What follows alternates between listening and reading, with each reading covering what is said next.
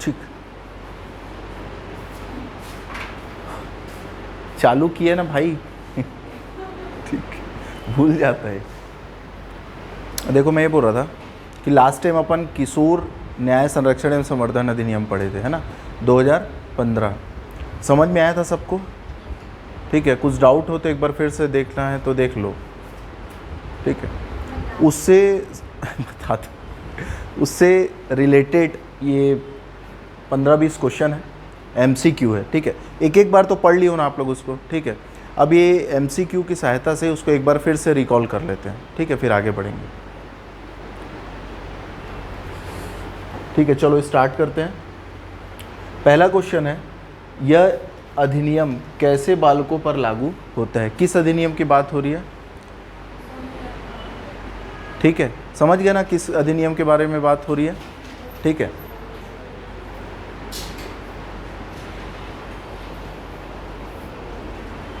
विधि का उल्लंघन करने वाले बालकों पर, पहला। दूसरा, देखभाल और संरक्षण की जरूरतमंद बालकों पर, A और B दोनों पर, या इनमें से कोई नहीं। किसके ऊपर लागू होता है? क्या होगा? C होगा। ठीक है, देखो ये जो एक्ट अपन देखे थे उसमें अपन देखे थे कि इसमें अपन बांटे थे बच्चों को, है ना, बच्चों को बांटे थे कि जिनको देख रेख की ज़रूरत है उनको अलग, ठीक है, जो विधि का उल्लंघन कर दिया उनको अलग तरीके से ट्रीट किया जाएगा, और देखभाल की जिनको ज़रूरत है, और तीसरा पार्ट था जिनको गोद लेने की ज़रूरत है। ठीक है, तो 3 भागों में बांट दिए थे अपन बच्चों को। इसमें जो देखभाल के लिए देखभाल एवं संरक्षण के लिए जो बच्चों को आइडेंटिफाई किया गया था उनको 2 तरीके से संरक्षित करने का प्रयास किया गया था, एक तो संरचनात्मक तरीके से और गैर संरचनात्मक तरीके से। ठीक है, याद है ना सबको? चलो, आई होप सो। C, ठीक है ना। उसके बाद बालकों के अधिकारों को संरक्षित करने के लिए सर्वप्रथम किशोर न्याय अधिनियम कब पारित किया गया?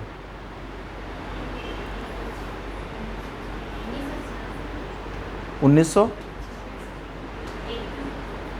देखो किशोर न्याय अधिनियम में अपन जो ऐतिहासिक पक्ष पढ़े थे उसमें अपन देखे थे कि सबसे पहले कब आया था? 1986 में। ठीक है, जिसको अपन किस नाम से जानते हैं? बाल संरक्षण अधिनियम के नाम से जानते हैं, है ना। वो उस टाइम किशोर न्याय अधिनियम नहीं था, वो बाल संरक्षण अधिनियम था। तो सबसे पहले 1986 में आया ये अधिनियम। ठीक है, उसके बाद ये अधिनियम कब आया? 2000 में। कब आया?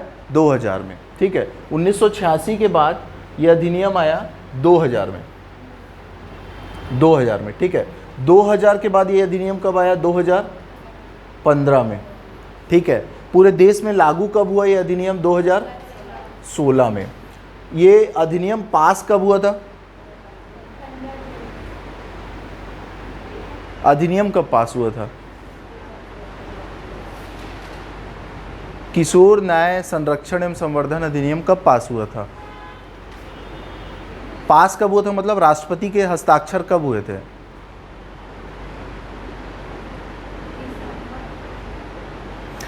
दिसंबर 2015 को ना, है ना। कब पास हुआ था? 31 दिसंबर 2015 को। ठीक है, और पूरे देश में कब से लागू हुआ था ये? 15 जनवरी 2016 को। लास्ट टाइम अमेंडमेंट कब हुआ इसमें? 2021 में। कब हुआ है इसमें अमेंडमेंट?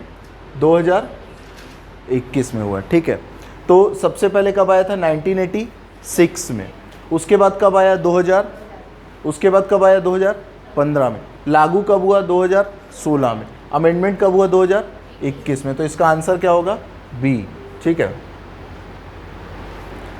किशोर न्याय अधिनियम 1986 को किसने समाप्त किया था? तो अब इसका आंसर आप लोगों को पता हो, किसने समाप्त किया था किशोर न्याय अधिनियम को? किशोर न्याय अधिनियम 2000, 2015, ए और बी दोनों, इनमें से कोई नहीं। 2000 होगा ना।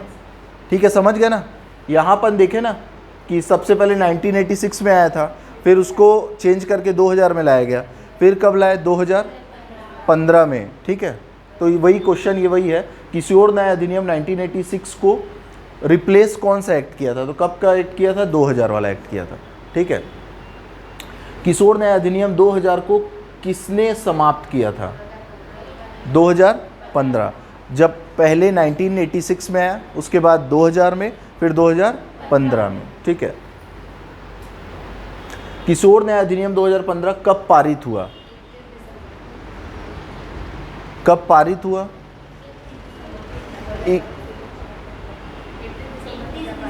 बोलना बेटा, 31 दिसंबर ना। किशोर न्याय अधिनियम 2015 में कुल कितने अध्याय और कितनी धाराएं हैं? ठीक है, किशोर न्याय अधिनियम में कुल कितने अध्याय हैं और कितनी धाराएं हैं? ठीक है, 10 अध्याय हैं और 112 धाराएं, मतलब आंसर क्या होगा इसका? सी। ठीक है, किशोर न्याय अधिनियम 2015 कब लागू हुआ था? कब लागू हुआ था? 15 जनवरी 2016। ठीक है, किशोर से तात्पर्य बालक से है। ठीक है, जिसकी आयु है 14 वर्ष से कम, 18 वर्ष से कम, 16 वर्ष से कम, 21 वर्ष से कम। 18 वर्ष से कम। ठीक है, किशोर से तात्पर्य ऐसे बालक से है जिनकी आयु 18 वर्ष से कम है। किस धारा से संबंधित है? धारा 2 सबसेक्शन 35। ठीक है, सेक्शन 2 सबसेक्शन 35। ठीक है, इसको ध्यान रखिएगा। देखो, ये क्वेश्चन हो सकता है ये कभी नहीं पूछेगा, लेकिन एक्ट अगर आप लोग को नहीं समझ में आया तो एमसीक्यू अच्छा तरीका रहता है समझने के लिए। ठीक है, तो इसमें क्या बोला है? तात्पर्य बालकों से जिनकी आयु 18 वर्ष है, किस धारा में से संबंधित है? इसका आंसर क्या होगा? धारा 2।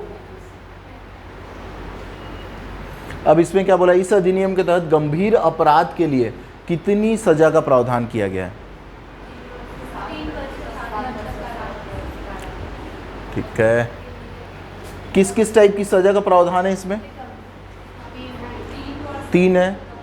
पहली सजा का प्रावधान किसमें कितना है? 3 वर्ष से। पहली सजा क्या है? 3 वर्ष तक। ठीक है, फिर 3 से 7 वर्ष तक, उसके बाद कम से कम 7 वर्ष तक या 7 से अधिक। इसको क्या बोलते हैं अपन? सामान्य या छोटा अपराध। छोटा अपराध। ठीक है, उसके बाद ये इसको क्या बोलते हैं? गंभीर अपराध। और इसको क्या बोलते हैं? जघन्य अपराध। ठीक है, ये क्या है? जमानती है।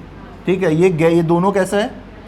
गैर जमानती है। ये कैसा है? गैर जमानती है। ठीक है, तो इसमें अपन क्या बोले? गंभीर अपराध के लिए कितनी सजा का प्रावधान किया गया है? तो ये गंभीर अपराध के लिए कितनी सजा है? 3 से 7 वर्ष तक का कारावास। ठीक है,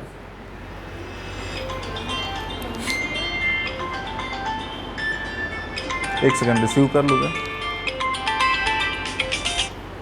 हाँ, क्लास में हूँ। क्या हुआ? ठीक, कोई दिक्कत नहीं। बधाई हो, फेल हो गया। किशोर न्याय बोर्ड किस धारा से संबंधित है? धारा 3 है कि धारा 4 है?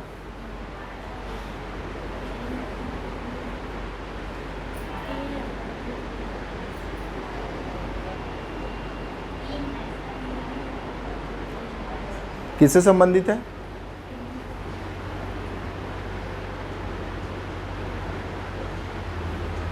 किशोर न्याय बोर्ड का संबंध किससे है? अध्याय और धारा में अंतर समझ रहे हैं ना आप लोग, है ना? तो वो अध्याय 3 है, धारा 4 है। ठीक है,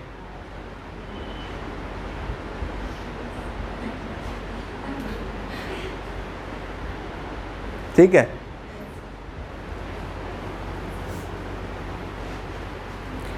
किशोर न्याय बोर्ड की स्थापना कौन करता है? केंद्र सरकार करेगी कि राज्य सरकार?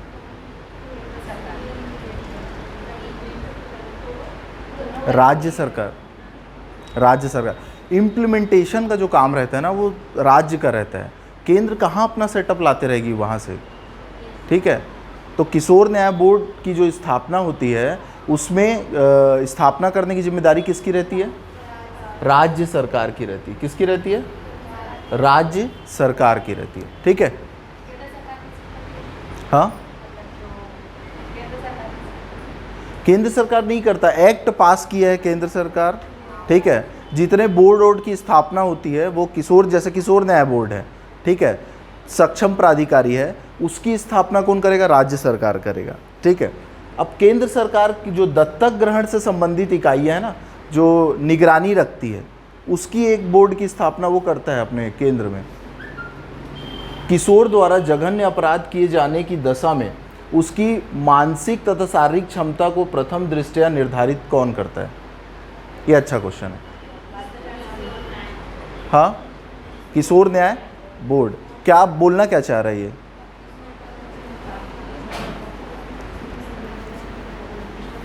देखो, अपन ये देखे थे ना, विधि से जो संघर्षरत बच्चे रहते हैं उनको अपन 3 भाग में बांटे थे। एक तो छोटा और गंभीर अपराध जो किए हैं, दूसरा अपन देखे थे जघन्य अपराध, और जघन्य अपराध को 2 श्रेणियों में बांटे थे।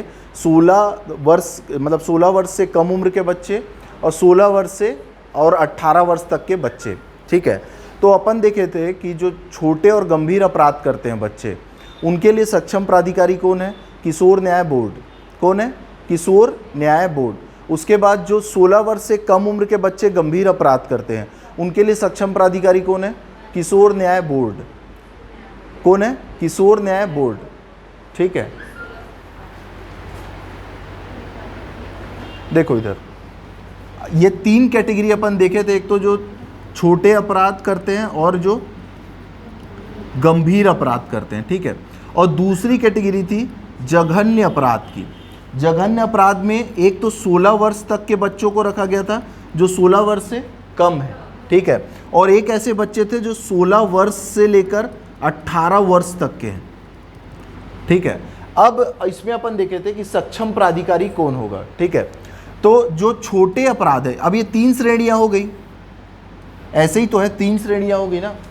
तो ये जो छोटे और गंभीर अपराध करने वाले जो बच्चे हैं, उनके लिए सक्षम प्राधिकारी, मतलब उनके लिए जो सजा का प्रावधान है, मतलब जो अपराध किए हैं वो अपराध हुआ है कि नहीं हुआ है, ये कौन तय करेगा? किशोर न्याय बोर्ड, ठीक है। और अगर कोई बच्चा जघन्य अपराध किया है और वो 16 वर्ष से कम का है, तो उसके लिए भी सक्षम प्राधिकारी कौन होगा? किशोर न्याय बोर्ड, ठीक है। समझ में आ गया? अब यहाँ लेकिन एक चीज़ बोला है कि वो 16 से 18 वर्ष के बच्चे जो कैसा अपराध किए हैं? जघन्य अपराध किए हैं। जो कैसा अपराध किए हैं? जघन्य। जघन्य अपराध का मतलब क्या समझते हैं आप लोग? 7 वर्ष, कम से कम 7 वर्ष या उससे अधिक की सजा। जघन्य अपराध का मतलब अपन क्या समझे? कम से कम 7 वर्ष या 7 वर्ष से अधिक की सजा। तो वो बच्चे जो 16 वर्ष से 18 वर्ष तक के जघन्य अपराध किए हैं, उनके केस को सबसे पहले कहाँ भेजा जाएगा? किशोर न्याय बोर्ड भेजा जाएगा। अब ये जो किशोर न्याय बोर्ड है ना, वो 30 दिन के अंदर इसके जो केस है उसकी स्टडी करेगा और ये बताएगा कि इसका एज क्या है, अपराध की क्राइटेरिया क्या है और अपराध सही है कि नहीं। उसके बाद ये कहाँ ट्रांसफ़र हो जाएगा? बाल न्यायालय में। कहाँ ट्रांसफ़र हो जाएगा? बाल न्यायालय में। तो ये जो क्वेश्चन पूछ रहा है ना हमारा, ये जो है किशोर न्याय द्वारा जघन्य अपराध किए जाने की दशा में उसकी मानसिक या शारीरिक क्षमता का प्रथम दृष्टया निर्धारण कौन करेगा? तो कौन देख रहे हैं अपन? प्रथम दृष्टया निर्धारण कौन कर रहा है? किशोर न्याय बोर्ड। तो इसका आंसर क्या हो जाएगा? किशोर न्याय बोर्ड हो जाएगा। समझ में आ गया ना?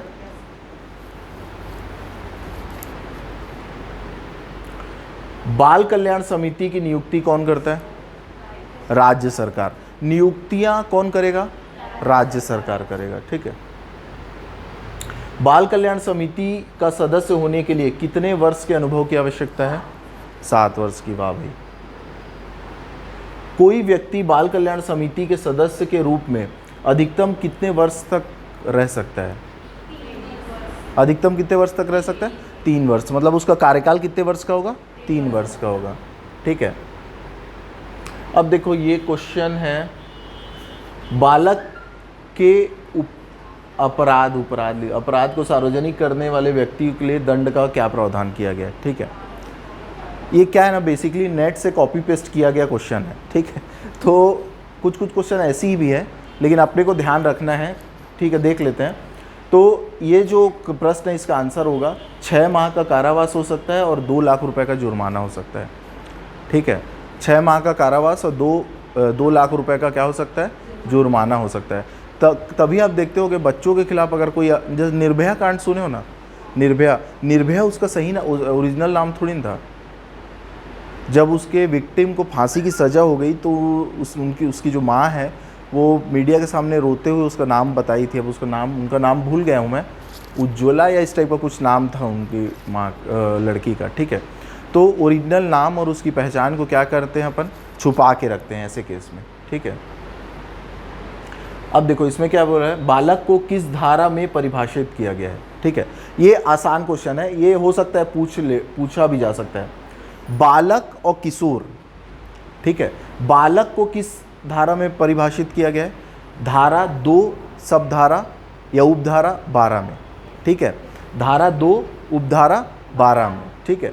और एक देखो ये विधि का उल्लंघन करने वाले बालक, एक तो अपन बालक को परिभाषित किए धारा 2 सबधारा या सेक्शन 2 सबसेक्शन 12 में। उसके बाद जो विधि का उल्लंघन करने वाले बच्चे रहते हैं ना, जिनके बारे में आप ये पढ़ रहे थे अपन, छोटे अपराध, गंभीर अपराध, उसको किस में परिभाषित किया गया है, सेक्शन 2 सबसेक्शन 13, ठीक है। तो इसको ध्यान रखिएगा, इंपॉर्टेंट है ये। बच्चों को किस में परिभाषित किया गया है, धारा 2 सबधारा 12 में।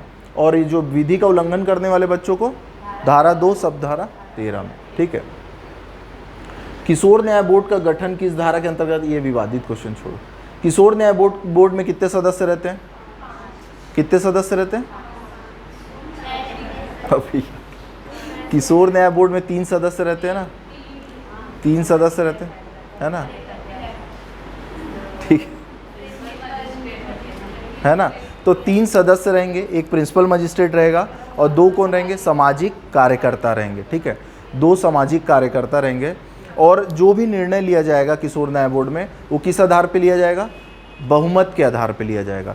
मतलब 3 में 2 सदस्य अगर एग्री है कि वो अपराध किया है तो ये माना जाएगा कि वो सही में अपराध किया है, ठीक है। किशोर न्याय बोर्ड द्वारा जांच कितनी अवधि में पूरी की जाती है, 1 माह, 2 माह, 3 माह कि 4 माह? 4 से 6 माह में कंप्लीट करना रहता है, ठीक है। ये अपन पढ़े भी थे, ठीक है। 4 से 6 माह में आपको क्या करना रहता है, कंप्लीट करना रहता है, ठीक है। तो जो भी केस किशोर न्याय बोर्ड के पास आएगा उसको 4 से 6 माह के अंदर पूरा करना रहता है, ठीक है।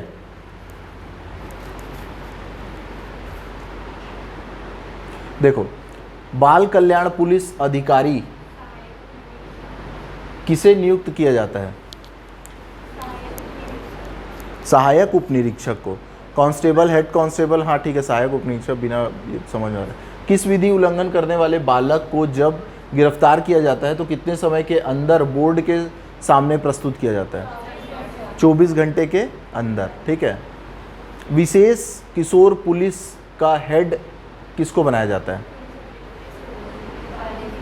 पुलिस उप अधीक्षक, है ना। पुलिस उप अधीक्षक मतलब क्या होता है, डीएसपी, ठीक है। दत्तक ग्रहण को किस धारा के अंतर्गत परिभाषित किया गया है, दत्तक ग्रहण को धारा सेक्शन 2 सबसेक्शन 2, ठीक है। तो इसको याद रख सकते हो, आसान है, सेक्शन 2 सबसेक्शन 2, सेक्शन 2 सबसेक्शन 2, ठीक है। बाल गृह किसके द्वारा स्थापित किया जाता है, किसके द्वारा, राज्य सरकार के द्वारा, ठीक है। अरे ये सब, ये क्या बोला है, बाल न्यायालय में कितने समय के भीतर अपील किया जा सकता है, 30 दिन के भीतर। कितने दिन के भीतर, 30 डेज, ठीक है। ये क्या बोल रहा है, यह अधिनियम लागू करता है भारतीय दंड संहिता के अधीन दंडनीय अपराध पर, अन्य विधियों के अधीन दंडनीय अपराध पर, ए और बी दोनों, इनमें से कोई नहीं। देखो ये क्या बोल रहा है यह अधिनियम लागू करता है, मतलब कौन सा नियम?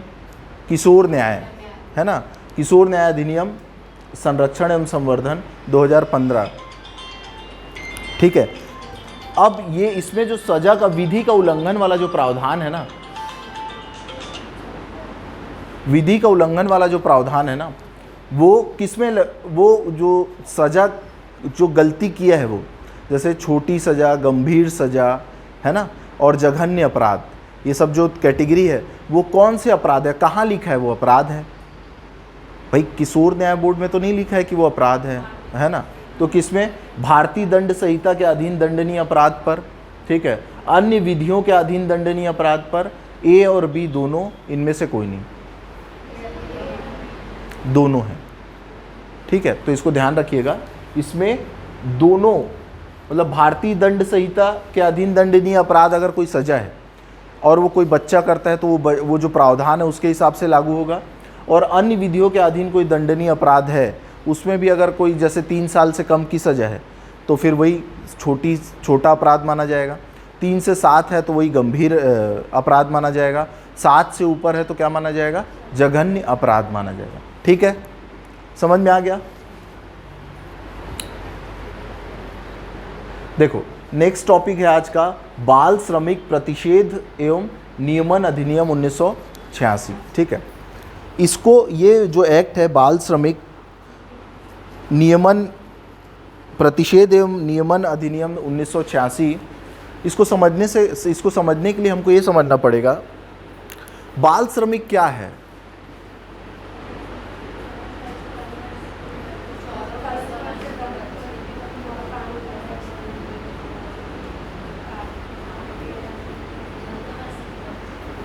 चौदह वर्ष के बच्चे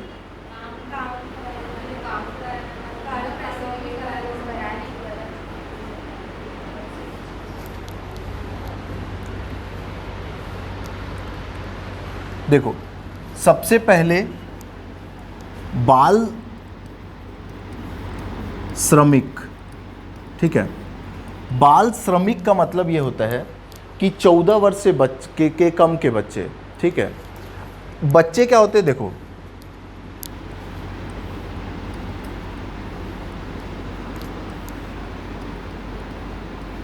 इनकी 18 वर्ष की आयु को ना 2 भागों में बांट दिया गया, ठीक है।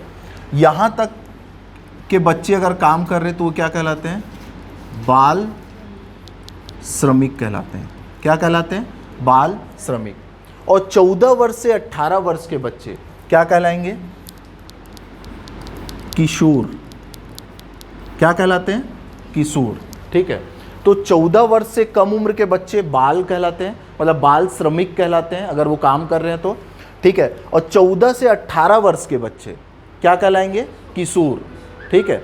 तो अगर बाल श्रमिक बोला तो 14 वर्ष, अगर कोई बच्चा 14 साल से कम का है और वो कोई काम कर रहा है, ठीक है, 14 साल से कम का है और अगर वो कोई काम कर रहा है तो क्या कहलाएगा? बाल श्रमिक कहलाएगा। तो क्या कहलाएगा? बाल श्रमिक कहलाएगा, ठीक है। इसमें हुआ ये कि जो बाल श्रमिक है, ठीक है, संविधान में बाल श्रमिक के लिए कोई आर्टिकल है क्या? संविधान में बाल श्रमिकों के लिए कुछ बोला गया है क्या? आर्टिकल 24, आर्टिकल 24, आर्टिकल 24 ये बोलता है कि भारत में बाल श्रम क्या होगा? निषेध होगा। बाल श्रम क्या होगा? निषेध होगा। लेकिन वो ये बोलता है कि असामान्य परिस्थितियों में या जोखिम भरी परिस्थितियों में बाल श्रम क्या होगा? निषेध होगा, ठीक है। देखो होता ये है कि भारत की जो संरचना है वो अभी इतनी मजबूत नहीं है कि ये बोल दिया जाए कि 14 वर्ष से कम का बच्चा काम ही नहीं कर सकता, ठीक है। अगर कोई बच्चा जिसके मम्मी पापा नहीं हैं, ठीक है, और अगर उसको अपना पालन पोषण खुद करना है तो क्या करे? सरकार के जो नियम हैं वो कितने इम्प्लीमेंट हो पाते हैं हम सबको पता है, ठीक है। सरकार की अपनी सीमाएं हैं, ठीक है। बहुत ज़्यादा इफ़ेक्टिव इम्प्लीमेंटेशन अभी तक तो नहीं देखने को मिला है किसी भी प्रावधान का, ठीक है। तो इसीलिए संविधान में ये बोला गया कि बाल श्रम निषेध होगा, लेकिन जोखिम भरी जगहों पर, ठीक है। अगर कोई स्थान जोखिम भरा है या खतरनाक है तो वहां आप बाल श्रमिक नहीं रख सकते, ठीक है। लेकिन इसके लिए दिक्कत ये हुई कि कौन सा स्थान जोखिम भरा है, कौन सा स्थान कठिन है या उनके लिए खतरनाक है, ये नहीं बताया गया, ठीक है। ये नहीं बताया गया कि भैया कौन सा स्थान कठिन है, कहाँ के बच्चों को काम नहीं करा सकते, कौन कौन सी जगह में काम नहीं करा सकते, ये कुछ चीज़ नहीं बताया गया इस संविधान में, ठीक है। तो इसी चीज को क्लियर करने के लिए संसद में 1986 में अपन क्या लेके आए, बाल श्रमिक प्रतिषेध एवं नियमन अधिनियम 1986, बाल श्रमिक प्रतिषेध एवं नियमन अधिनियम 1986, ठीक है। अब यहाँ ये जो संविधान अपन लेके आए, संविधान की धाराओं को उठा के जो अपन नियम बनाए, जिसमें हम ये बोले कि आर्टिकल 24 में ये तो बोल दिया गया है कि बाल श्रम निषेध होगा जोखिम भरी जगहों में, पर उसको और क्लियरिफाई करने की ज़रूरत है कि कौन सा स्थान जोखिम भरा है, कौन सा काम नहीं कर सकते, कौन सा काम कर सकते हैं। जो काम किया जा सकता है उसके लिए दशाएं क्या होगी, ठीक है। ये सारे चीज़ को क्लियर करने के लिए हम क्या लेके आए, एक एक्ट लेके आए, ठीक है। अब इसमें देखो, इसका पूरा नाम अगर देखेंगे तो सबसे पहले लिखा है बाल श्रमिक, ठीक है। क्या लिखा है, बाल श्रमिक, सबसे पहले लिखा है बाल श्रमिक। बाल श्रमिक का मतलब क्या देख लिया अपन, 14 वर्ष से कम उम्र के। बाल श्रमिक का मतलब क्या देख लिया अपन, 14 वर्ष से कम उम्र के बच्चे। दूसरा इसमें लिखा है प्रतिषेध और नियमन अधिनियम 1986। मैं आपको बताया कि प्रतिषेध का क्या मतलब है, रोकना, रोकना। प्रतिषेध करना मतलब रोकना ही तो होता है ना। और नियमन करना मतलब कोई नियम बनाना और ये बोलना कि इस नियम के आधार पे ही आपको क्या करना है, कार्य करना है। यही तो मतलब है। मतलब क्या हुआ कि जो बाल श्रमिक होंगे ये प्रतिषेध किया जाएगा, कुछ कुछ काम के लिए उनको क्या किया जाएगा, प्रतिषेध किया जा रहा है, कुछ कुछ काम के लिए उनके लिए नियम बनाए जा रहे हैं, ठीक है। और ये बोला जा रहा है कि ये जो नियम है उसके आधार पे ही आपको क्या करना है, काम करना है। और ये अधिनियम क्या होता है, अधिनियम आपको पता है कब पास हुआ, 1986 में, ठीक है। तो आपको ये समझ में आया ना, बाल श्रमिक प्रतिषेध और नियमन अधिनियम 1986 क्या होता है। मैं इसमें आपको ये बताना चाह रहा हूँ कि ये इस नियम को बनाने की या लाने की ज़रूरत इसलिए पड़ी हमको कि हमारे संविधान में एक बात बोली गई है, किसमें, आर्टिकल 24 में। आर्टिकल 24 में ये बोला गया है कि बाल श्रम निषेध होगा। क्या बोला गया है, बाल श्रम निषेध होगा। अब बाल श्रम निषेध होगा कहाँ होगा, जोखिम भरी जगहों में निषेध होगा, ठीक है। संविधान में ऐसा नहीं बोला है कि पूरी तरीके से बाल श्रम निषेध है। इसमें बोला गया है कि कठिन जगह में या जोखिम भरी जगहों में बाल श्रम को निषेध करना है, पर कौन सी जगह जोखिम भरी है और कौन सी जगह सामान्य है ये नहीं बताया गया संविधान में, ठीक है। तो इसी डाउट को क्लियर करने के लिए हम क्या किए, बाल श्रम प्रतिषेध एवं नियमन अधिनियम 1986 पास किए, ठीक है।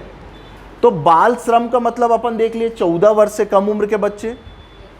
प्रतिषेध का मतलब देख लिया अपन, रोकना, कि कुछ कुछ काम के लिए इनको रोका जाएगा, वो भी इसी में हम बताएंगे कि भाई ये काम नहीं कर सकते आप, ठीक है। नियमन करना आपको बताएंगे, हाँ आप 14 वर्ष से कम उम्र के बच्चे हो, आप ये काम कर सकते हो, ठीक है। और अधिनियम कब पास हुआ, 1986। 23 दिसंबर को कब पास हुआ ये, 23 दिसंबर 1986 को, ठीक है। 23 दिसंबर 1986 को, ठीक है। अब देखो इसमें लिखा है कि कितने अध्यायों में बटा है ये, 4 अध्याय हैं, 26 धाराएं हैं और एक अनुसूची है, ठीक है। पूरे बाल श्रमिक प्रतिषेध नियमन अधिनियम 1986 में 4 अध्याय हैं, ठीक है, 26 धाराएं हैं और एक अनुसूची है, ठीक है। अनुसूची बहुत ही ज़्यादा इंपॉर्टेंट है। पहले देखो 4 धाराओं को समझ लो। इसको अपन क्या किए हैं,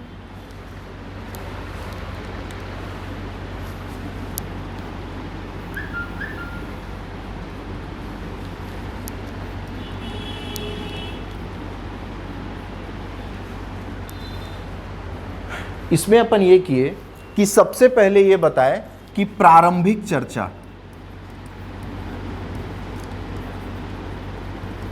की प्रारंभिक चर्चा की है, जिसमें हम बहुत सारी जो भाषा थी या शब्द थे उसको क्या किए, परिभाषित किए।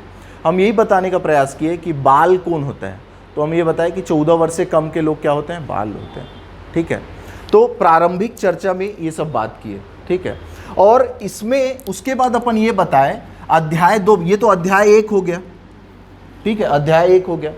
अध्याय 2 जब अपन बना रहे थे, अध्याय 2 में हम उन चीज़ों को शामिल किए कि जिनको हम जिन चीज काम को हम काम करने नहीं दे सकते बच्चों को, मतलब जो काम को इस धारा में प्रतिषेध किया गया है, ठीक है, जिन कामों को बालकों को या बाल श्रमिक को करने से रोका गया है, उनको हम किस में स्थान दिए, अध्याय 3 में, ठीक है। उनको किस में स्थान दिए, अध्याय 3 में। अध्याय 3 में, अध्याय 2 में स्थान दिए, अध्याय 3 में हम उनको स्थान दिए जिन कामों को हम उन बच्चों को करने दे सकते हैं, ठीक है, जिन कामों को हम ये बोल सकते हैं कि भैया ये काम बच्चे कर सकते हैं। अब इसमें हम क्या किए, उन कार्य से संबंधित दशाओं का उल्लेख किए।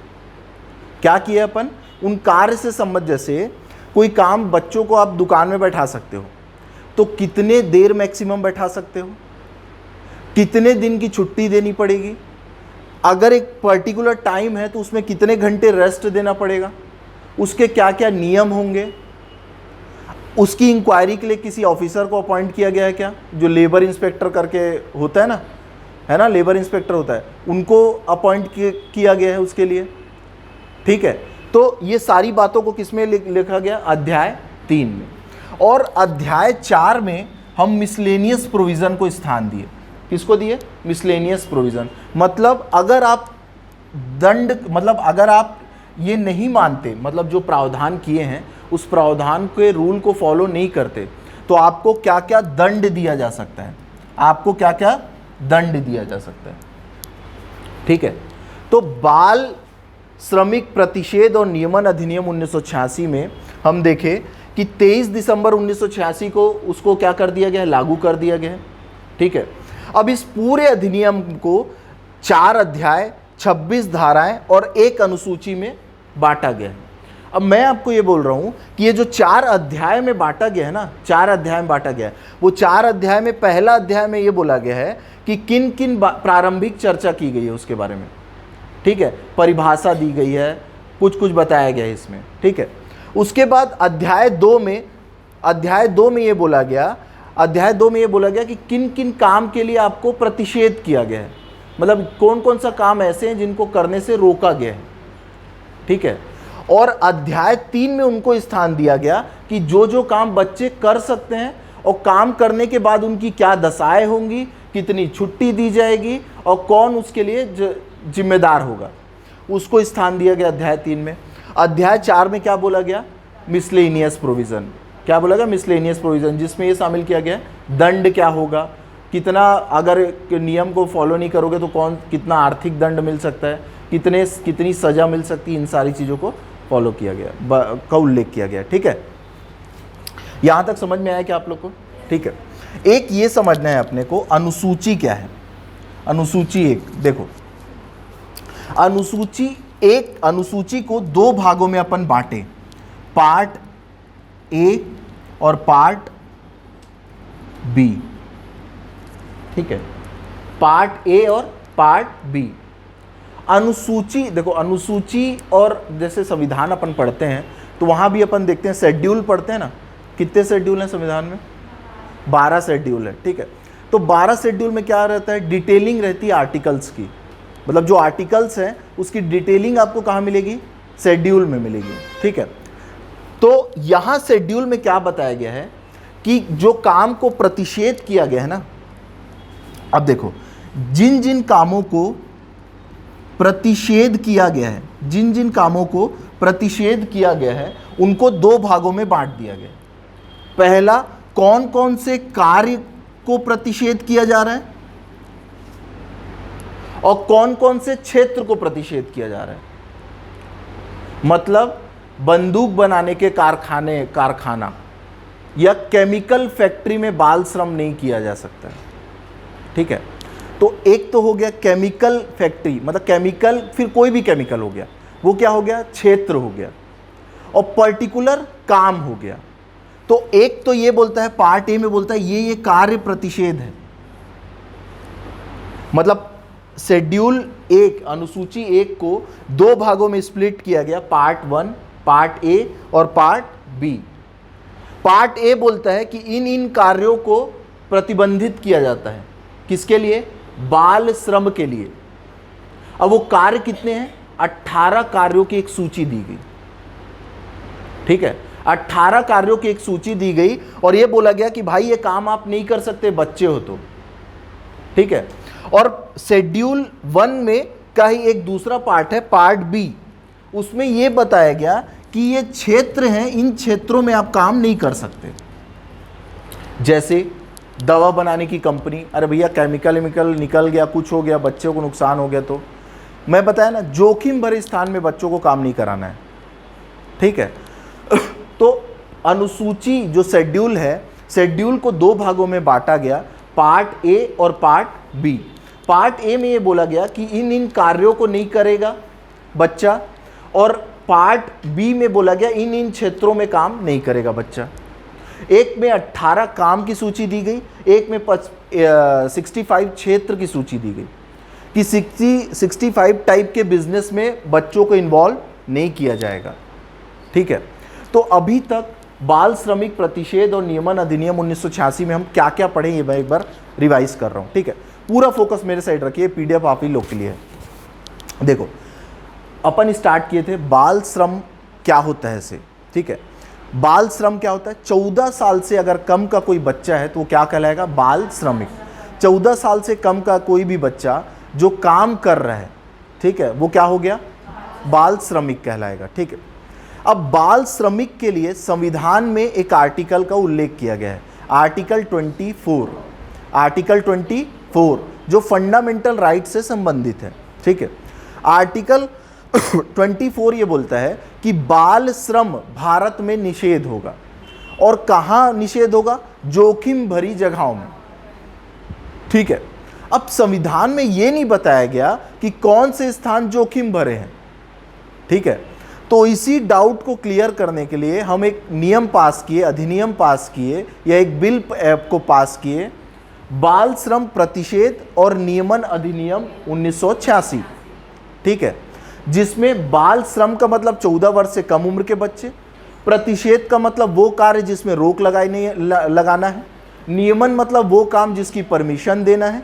1986 को अपन पास किए, ठीक है। मैं आपको बताया प्रतिषेध, अब इसमें देखो कितने अध्याय हैं, 4 अध्याय, कितनी धाराएं हैं और कितनी अनुसूचियां हैं, एक अनुसूचियां हैं।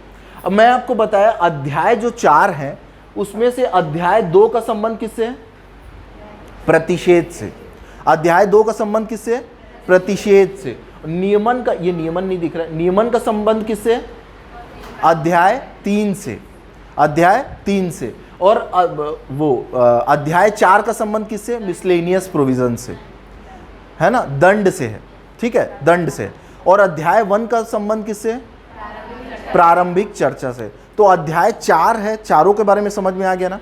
अध्याय 1 का संबंध किससे है, प्रारंभिक चर्चा से। अध्याय 2 का संबंध किससे, प्रतिषेध से। अध्याय 3 का संबंध किससे, नियमन से। और अध्याय 4 का दंड से, ठीक है। 26 धाराएं जो है इन 4 अध्यायों में विभाजित है, ठीक है। ये जो 26 धाराएं हैं इन 4 अध्यायों में विभाजित है, और इसको अलग से इसमें क्या जोड़ा गया है, अनुसूची। मैं आपको बताया अनुसूची में कुछ नहीं है, ऐसे काम जिसके ऊपर प्रतिषेध लगाने की आवश्यकता है उनको इस किसमें लिख दिया गया है, अनुसूची में। अनुसूची का मतलब क्या होता है मैं बताया आपको, डिटेलिंग जब की जाती है ना किसी चीज की, डिटेल्ड डिटेलिंग, तो उसको किसमें स्थान दिया, अलग से एक पॉइंटर जोड़ दिया जाता है, उसको क्या बोला जाता है, अनुसूची। ठीक है, जैसे संविधान में भी अपन डिटेलिंग करते हैं ना, जैसे पंचायती राज, तो 40 में ये बोला गया कि पंचायती राज की स्थापना की जाएगी, लेकिन 40 की डिटेलिंग किसमें है, 11 में। 40 की डिटेलिंग किसमें है, 11 में। ठीक है, समझ रहे हो ना। तो डिटेलिंग किसको बोलते हैं, अनुसूची को बोलते हैं, अनुसूची में स्थान दिया जाता है। तो अनुसूची, एक तो जो अनुसूची इसमें, उसमें ऐसे काम बता दिए गए हैं जो बच्चों से नहीं कराना है। अब उन काम को दो तरीके से बांट दिया गया है, किस किस क्षेत्र में बच्चों को काम नहीं कराना है और कौन कौन सा काम नहीं कराना है। भाई किस किस क्षेत्र में काम नहीं कराना है और कौन कौन सा कार्य नहीं करना। तो पार्ट ए में अपन किसको शामिल किए हैं, कौन कौन से काम नहीं कराना है, और पार्ट बी में किसको शामिल किए हैं, कौन कौन से क्षेत्र में। अब पढ़ना स्टार्ट करें क्या, समझ में आ गया ना बेसिक। चलो देखो, ये पेज तो आपको समझ में आ गया, पढ़ भी लियो आप। ठीक है, लागू 23 दिसंबर 1986, 4 अध्याय, 26 धाराएं और 1 अनुसूची। ठीक है, अब देखो अनुसूची को अपन क्या किए, 2 भागों में बांट दिए। ठीक है, अनुसूची को क्या किए, 2 भागों में बांट दिए, पार्ट ए और पार्ट बी। ठीक है, एक में अपन क्या किए, कार्य को प्रतिबंधित, कौन कौन से कार्य होंगे जो क्या होंगे, बच्चों के लिए प्रतिबंधित होंगे, कौन कौन से काम होंगे जो बच्चों के लिए प्रतिबंधित होंगे। और ये जो कार्य प्रतिबंधित है वो कितने प्रकार के कार्य हैं, 18 प्रकार के कार्य हैं। ठीक है, और कौन कौन से क्षेत्र होंगे जहां काम करना बच्चों को मना होगा, और वो क्षेत्र कितने प्रकार के होंगे, 65 प्रकार के, और कुछ नहीं समझने लायक है इसमें। ठीक है, तो जो अनुसूची है उसको 2 भागों में बांटे हैं, एक भाग में बताएं कि कौन से कार्य प्रतिबंधित है, और एक भाग में अपन क्या बता दिए, कौन से क्षेत्र प्रतिबंधित है। काम कितने प्रकार के प्रतिबंधित है, 18, और क्षेत्र कितने प्रकार के हैं, 65। 18 और 65 इंपॉर्टेंट है, इसको याद रखेंगे अपन। ठीक है, 18 और 65 इंपॉर्टेंट हो गया, इसको अपन को क्या करना है, याद रखना है। ठीक है, आगे बढ़े। देखिए अब देखो, दूसरा जो पॉइंट मैं आपको बताया था, इसमें देखना, मैं आपको क्या बताया था, कितने अध्याय हैं हमारे पास, 4 अध्याय। कितने अध्याय हैं, 4। अध्याय 1, अध्याय 2, अध्याय 3, अध्याय 4। अध्याय 1 में किसके जिक्र है, प्रारंभिक चर्चा। किसकी जिक्र है, प्रारंभिक चर्चा। ठीक है, और अध्याय 1 में क्या क्या शामिल है, धारा 1 और धारा 2। धारा 1 और धारा 2। ठीक है, उसके बाद मैं आपको बताया था अध्याय 2। अध्याय 2 में किसको शामिल किए अपन, प्रतिषेध को। प्रतिषेध का मतलब आपको पता है, कौन कौन से काम को नहीं करने देना है बच्चों को। ठीक है, अब ये जो प्रतिषेध है उससे संबंधित धारा क्या है, धारा 3, धारा 4 और धारा 5। मतलब धारा 3 में कुछ बात बोली गई कि भैया ये काम नहीं करना है आपको। ठीक है, धारा 4 में कुछ इससे संबंधित प्रावधान बोला गया है, और धारा 5 में कुछ बोला गया है। ठीक है, उसके बाद अध्याय 3 में क्या बोला है, कार्य की परिस्थितियों का विनियमन। मतलब कि ऐसे काम जो बच्चों द्वारा किए जाएंगे उसका विनियमन करना, मतलब उससे संबंधित नियमों का निर्माण करना, कि भाई साहब ये काम करोगे आप, और इस काम को करने के लिए ये दशाएं होंगी, इतनी छुट्टी मिलेगी, इतना पैसा मिलेगा, इतनी ये करना पड़ेगा, कुछ कुछ नियम। ठीक है, तो ये किस में बोला है, अध्याय 3 में। इसका संबंध किससे, अध्याय धारा 6 से लेकर धारा 13 तक, 6, 7, 8, 9, 10, 11, 12, 13। ठीक है, उसके बाद मिसलेनियस अध्याय 4, इसमें 14 से लेकर 26 तक। 14 से लेकर 26 तक हमारे लिए इंपॉर्टेंट क्या है, 14 तक। हमारे लिए इंपॉर्टेंट क्या है, 14 तक। ठीक है, देखो पहला प्रारंभिक चर्चा तो भूल जाओ। ठीक है, दूसरा है अध्याय 2। अध्याय 2 में क्या है, प्रतिषेध। अध्याय 2 में क्या है, बाल श्रम प्रतिबंधित किए जाने संबंधी प्रावधान, मतलब बाल श्रम को प्रतिबंधित किए जाने वाले प्रावधान। अब देखो इसमें अपन क्या देखे थे, धारा 3, धारा 4, धारा 5। सीधा सिंपल वर्ड में समझना है, 3 में ये बोला गया है, जो अनुसूची 3 है ना, जो अनुसूची 1 है ना, हमारी एक जो अनुसूची पढ़े थे, उनमें जो 18 और 65 काम बोले हैं वो नहीं करना है। उन कामों को क्या कर दिया गया है? प्रतिबंधित कर दिया गया। ठीक है भाई, अनुसूची में 2 भागों में बांटे थे ना, है ना, कि एक में बोले थे कि इतने काम, 18 प्रकार के काम नहीं करना है, और 65 प्रकार के काम के क्षेत्रों में काम नहीं करना है। तो धारा 3 ये बोलता है कि इसको हम क्या करते हैं? प्रतिबंधित करते हैं, कि ये काम किसी भी बाल श्रमिक से नहीं कराओगे, और कुछ नहीं बोला इसमें। ठीक है, ये हो गया। अच्छा, इसमें अब ये तो ठीक है कि पारिवारिक कार्य, जैसे इसमें क्या बोला है कि बाल श्रमिक है।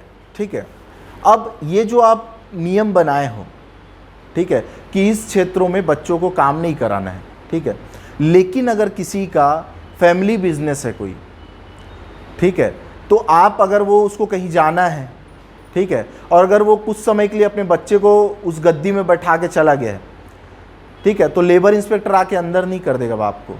ठीक है, तो ये बोला गया है कि ये जो धारा 3 के नियम है वो पारिवारिक बिजनेस में लागू नहीं होंगे, क्योंकि कोई मम्मी पापा अपने बच्चे का शोषण तो करेंगे नहीं, है ना, बहुत ज़्यादा मजबूरी होगी तभी वो बैठाए होंगे। तो धारा 3 में जिन जिन कामों के लिए रोका गया है, उन काम में पारिवारिक काम शामिल नहीं होंगे। परिवार का बिजनेस अगर है तो वो शामिल नहीं होगा। ठीक है, देखो क्या लिखा है इसमें, लिखा है बाल श्रम प्रतिबंधित होंगे अनुच्छेद ए और बी में दिए गए निर्देशानुसार। मतलब अनुच्छेद ए में 18 प्रकार के निर्देश दिए गए हैं, अनुच्छेद बी में किसमें 65 प्रकार के निर्देश दिए। वो सारे काम को धारा 3 क्या करता है? प्रतिषेध कर देता है।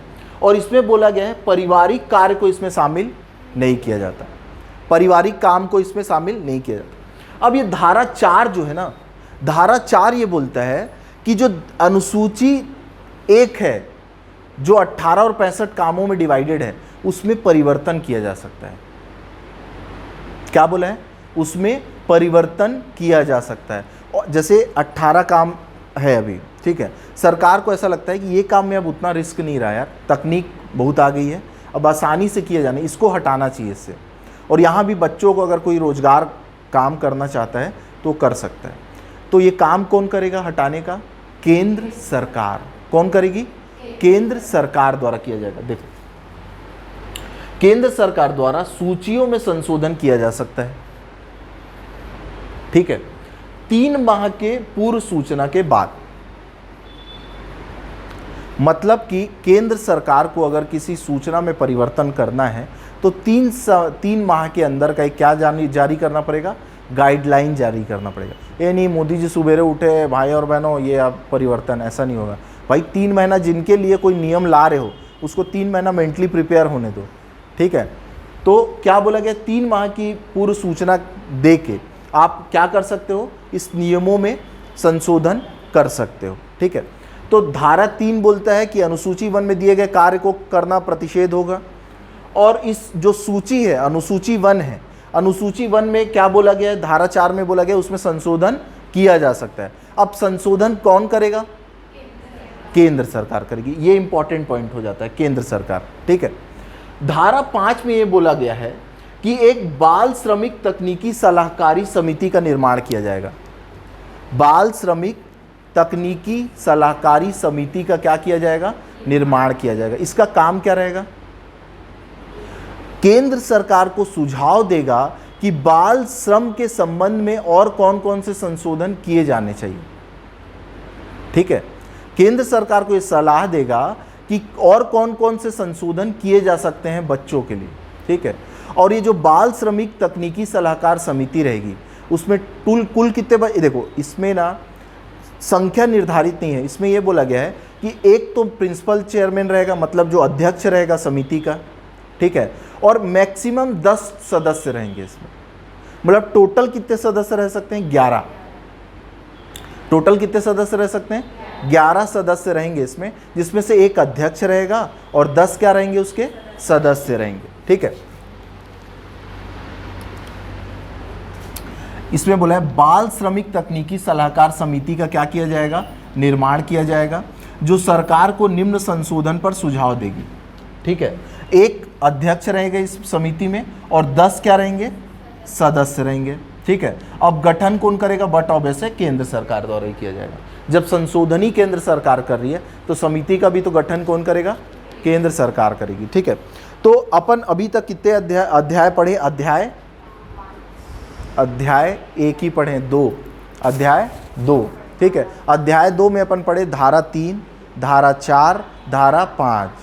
धारा 3 अनुसूची 1, पहले तो अपन अनुसूची पढ़े। अनुसूची कितना महत्वपूर्ण है आपको समझ में आ गया ना, कि उसी से संबंधित है पूरा एक्ट। ठीक है, तो अनुसूची में कुछ नहीं है, 18 ठो काम बता दिया गया है, 65 ठो क्षेत्र बता दिया कि भैया ये काम मत करना, ये क्षेत्र में काम मत करना। ठीक है, अब अध्याय 2 ये बोलता है कि किन किन कामों में प्रतिषेध लगाना है। अध्याय 2 क्या बोलता है, प्रतिषेध लगाना है। अब उस बात की चर्चा के लिए 3 तो धारा का यूज किया है, धारा 3, धारा 4, धारा 5। धारा 3 में ये बोला है कि अनुसूची में जो काम और जो क्षेत्र बताए हैं वो काम मत करना भाई साहब। ठीक है, लेकिन उसमें पारिवारिक काम को शामिल नहीं किया गया है, लेकिन उसमें पारिवारिक काम को शामिल नहीं किया है। ये कौन बोलता है, धारा 3। समझ में आ गया ना। धारा 4 कुछ नहीं बोलता, ये बोलता है कि वो जो सूची बनाई गई है ना अनुसूची में 18 और 65 की, उसमें संशोधन कर सकते हैं भाई साहब। क्या किया जा सकता है, संशोधन। कौन करेगा संशोधन, केंद्र सरकार करता है। ये क्या हो गया, धारा 4 हो गया। ठीक है, अब धारा 5 क्या बोलती है, एक बाल श्रमिक तकनीकी सलाहकार समिति का गठन किया जाएगा। कौन करेगा गठन, अब देखो ये इंपॉर्टेंट हो जाता है, किस धारा में इसका उल्लेख किया गया है, ऐसा प्रश्न पूछ सकता है। धारा 5 में किया। ये समिति का काम क्या होगा, संशोधन के लिए केंद्र सरकार को सलाह देना, संशोधन के लिए केंद्र सरकार को सलाह देना। ठीक है, अब इसमें टोटल कितने सदस्य होंगे, अधिकतम 11।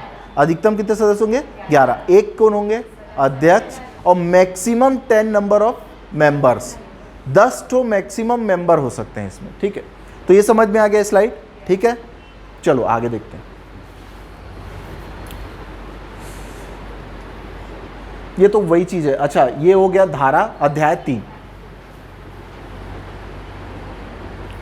ठीक, इसमें क्या बोला है, बालकों को काम की परिस्थितियों का विनियमन। मतलब मैं आपको बताया था ना, अध्याय 2 क्या बोलता है, कौन कौन से काम नहीं करना है। अध्याय 3 क्या बोलेगा, कौन कौन से काम करना है। अध्याय 3 क्या बोलेगा, कौन कौन से काम आप कर सकते हो। ठीक है, तो इसमें भी सेम चीज है। उसमें किससे चालू हुआ था, 3 से 5 तक। इसमें किससे चालू होगा, 6 से 9 तक। इसमें किससे चालू होगा, 6 से 9 तक। इसमें क्या बोला है कि आप जो धारा 6 है ना, धारा 6 है, उसमें बोला है कि अनुसूची 1 में जो 18 और 65 काम बताए हैं, ठीक है, उन कामों को छोड़ के बाकी काम कर सकते हो। ठीक है, देखो क्या बोला, किन दशाओं में कार्य किया जा सकता है, किन दशाओं में कार्य किया जा सकता है। दूसरा, कार्य करने की अवधि और छुट्टी क्या होगी। ठीक है, छुट्टी क्या होगी, और नोटिस टू इंस्पेक्टर। चलो इसको डिटेल में देखते हैं। यहां धारा 7, धारा 6 में ये बोला है, सबसे पहले तो धारा 6 देखो। धारा 6 में ये बोला है कि धारा 6 में ये बोला है, धारा 6 में ये बोला है कि जो अनुसूची है ना, अनुसूची में जो पार्ट ए और पार्ट बी, जो 18 कार्य और 65 कार्य के क्षेत्र बताए हैं, उन सारे कार्यों को छोड़ के बाकी सभी जगह कार्य करने की अनुमति किसके पास होगी, बच्चों के पास होगी। ठीक है, बच्चे बाकी सारी जगह में काम कर सकते हैं।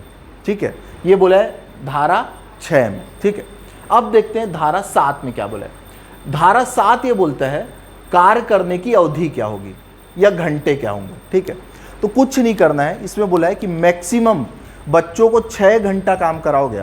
कितने घंटा, 6 घंटा काम कराओगे। 3 घंटे का एक स्लॉट होगा। 3 घंटे का कितना स्लॉट होगा, एक स्लॉट। मतलब 3 घंटे से ज़्यादा किसी को काम एक स्लॉट में नहीं कराया जा सकता। और 1 घंटे की आपको क्या देना पड़ेगा, बीच में ब्रेक देना पड़ेगा। 3 घंटे के बाद 1 घंटे का क्या देना पड़ेगा, ब्रेक देना पड़ेगा। देखो अधिकतम कितना काम कर, अच्छा अधिकतम कितने घंटे काम करा सकते हो, 6 घंटे, ठीक है 6 घंटे।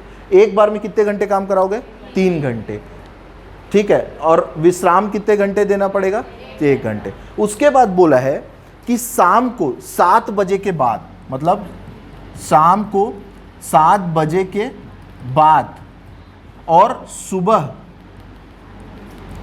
8 बजे तक काम नो वर्क आवर रहेगा। क्या रहेगा ये, नो वर्क आवर, मतलब 7 बजे के बाद 8 बजे तक नो वर्क आवर की कंडीशन में रहेंगे, ठीक है। मतलब 8 बजे, सुबेरे 8 बजे के बाद और 7 बजे तक ही आप बच्चों को क्या करा सकते हो, काम करा सकते हो। लेकिन इसमें भी मैक्सिमम कितने देर काम कराओगे, मैक्सिमम कितने देर काम कराओगे, 6 घंटे। एक बार में कितने स्लॉट, 3 घंटे का ही स्लॉट होगा, ठीक है। ओवर टाइम नहीं कराओगे एक साथ 2 प्रतिष्ठान में, ये सब नॉनसेंस, ठीक है। धारा 8 हो गया। धारा 8 क्या बोला, एक सप्ताह में 1 दिन की छुट्टी देना अनिवार्य रहेगा, ठीक है। एक सप्ताह में 1 दिन की छुट्टी दोगे। सर्वाधिक सार्वजनिक स्थल में ये चस्पा करोगे कि भैया इस दिन हमारे यहाँ छुट्टी रहती है बच्चों की, ठीक है, इस दिन हमारे यहाँ छुट्टी का प्रावधान किया गया है। और ये बोला गया, ये नहीं कि छुट्टी को आप कंटिन्यू फ्लक्चुएट करते रहोगे, चेंज करते रहोगे कि भैया अभी आप संडे छुट्टी कर दिए, फिर बोले नहीं यार बुधवार को अब छुट्टी रहेगी। 3 महीने के लिए एक बार जो छुट्टी निर्धारित कर ली गई वो 3 महीने तक कंटिन्यू रहेगी, ठीक है। तो वही बात बोल रहे हैं इसमें, छुट्टी का दिन कौन सा रहेगा, सप्ताह में 1 दिन छुट्टी रहेगी, ठीक है। संडे भी हो सकता, जरूरी नहीं है संडे होना वो, ठीक है। सार्वजनिक स्थल में आपको बताना पड़ेगा किस दिन छुट्टी है आपके यहाँ, ठीक है। और 3 माह में एक बार ही परिवर्तन किया जाएगा छुट्टी के दिनों में, ठीक है। उसके बाद धारा 9, इसमें क्या बोल रहा है, सूचना देना पड़ेगा। जैसे आपके यहाँ बाल श्रम है, मतलब बाल श्रमिक आप रखे हो अपने यहाँ, ठीक है। तो अगर बाल श्रमिक को रखे हो आप अपने यहाँ, तो आपको क्या देना पड़ेगा, सूचना देना पड़ेगा इंस्पेक्टर को, लेबर इंस्पेक्टर को आपको क्या देना पड़ेगा, सूचना देना पड़ेगा। कितने दिन के भीतर, 30 दिन के भीतर। अगर आप ये उसको सूचना नहीं देते कि मैं हमारे यहाँ बाल श्रमिक रखा हूँ, तो आपको 1 माह की सज़ा और 10,000 रुपये का जुर्माना हो सकता है। 1 माह की सज़ा और 10,000 रुपये का जुर्माना हो सकता है, ठीक है। समझ में आ गया ना, ठीक है। अब कुछ नहीं है, धारा 10 ये बोलता है कि भैया कभी कभी क्या होता है, बच्चे बाल श्रमिक आप रखे हो, उनका आधार कार्ड पैन कार्ड ऐसा तो कुछ रहता नहीं, ठीक है। तो उसमें बोला है कि अगर मेडिकल अथॉरिटी वाला कोई पर्सन है या मेडिकल की कोई टीम है, अगर आयु के संबंध में विवाद हुआ कि भैया एक जन बोल रहा है कि 18 साल से ज़्यादा, ये 14 साल से ज़्यादा का है, और एक बोल रहा है कि नहीं ये 14 साल से कम का है, तो कुछ नहीं, मेडिकल की एक टीम आएगी, वो जो बताएगी वही एज क्या होगा, फाइनल होगा उन लोग का, ठीक है, जो मेडिकल की टीम बता देगी, ठीक है। लास्ट पॉइंट आता है अध्याय 4। अध्याय 4 क्या है, मिसलेनियस। अपन अभी तक क्या क्या पढ़े, अध्याय 1 क्या है, प्रारंभिक चर्चा। अध्याय 2 क्या है, कौन कौन से काम को प्रतिषेध किया गया है। अध्याय 2 में 3, 4, 5, 3 में क्या बोला गया है, अनुसूची से संबंधित कार्य नहीं किए जाएंगे और उसमें पारिवारिक काम को शामिल नहीं करोगे, 3 में बोला है। 4 में क्या बोला है, उन सूचियों में परिवर्तन करने का अधिकार केंद्र सरकार में निहित होगा, ठीक है। उसके बाद 5 में क्या बोला है,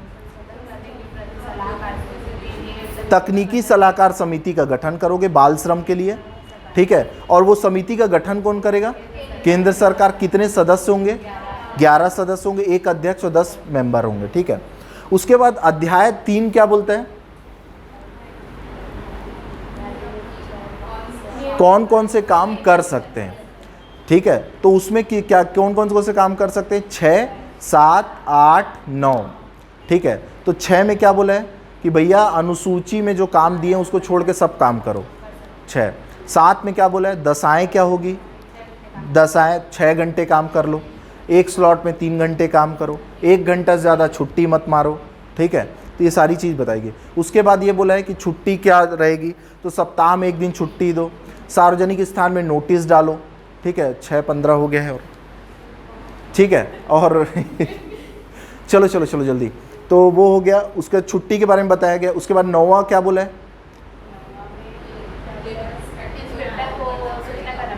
लेबर इंस्पेक्टर को आपको ये बताना पड़ेगा कि हम अपने यहाँ बाल श्रमिक रखे हैं। कितने दिन के अंदर बताओगे? 30 दिन के अंदर, ठीक है। अध्याय 10 क्या है? अध्याय नहीं, धारा 10, सॉरी। हाँ, आयु संबंधित अगर कोई विवाद होता है तो उस स्थिति में आप क्या करोगे? मेडिकल अथॉरिटी जो बोलेगी उसी को मान लोगे।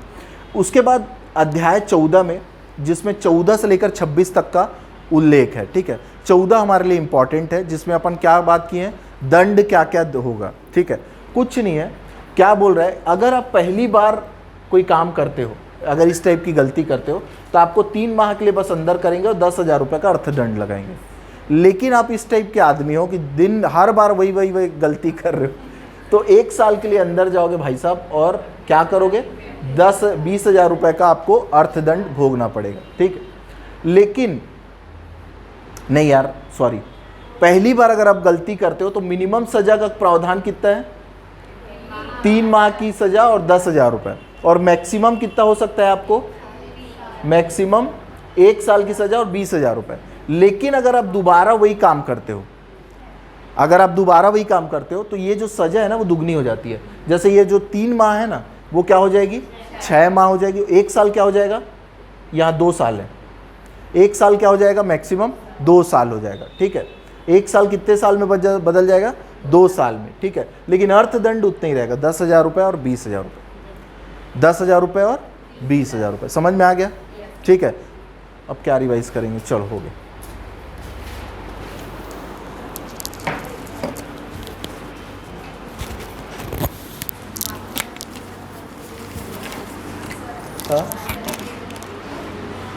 मिशन मार्क्स से लेकर वो तो बहुत पहले पढ़े थे, उसको बोलिए ना डाल, वो कर देगा वो।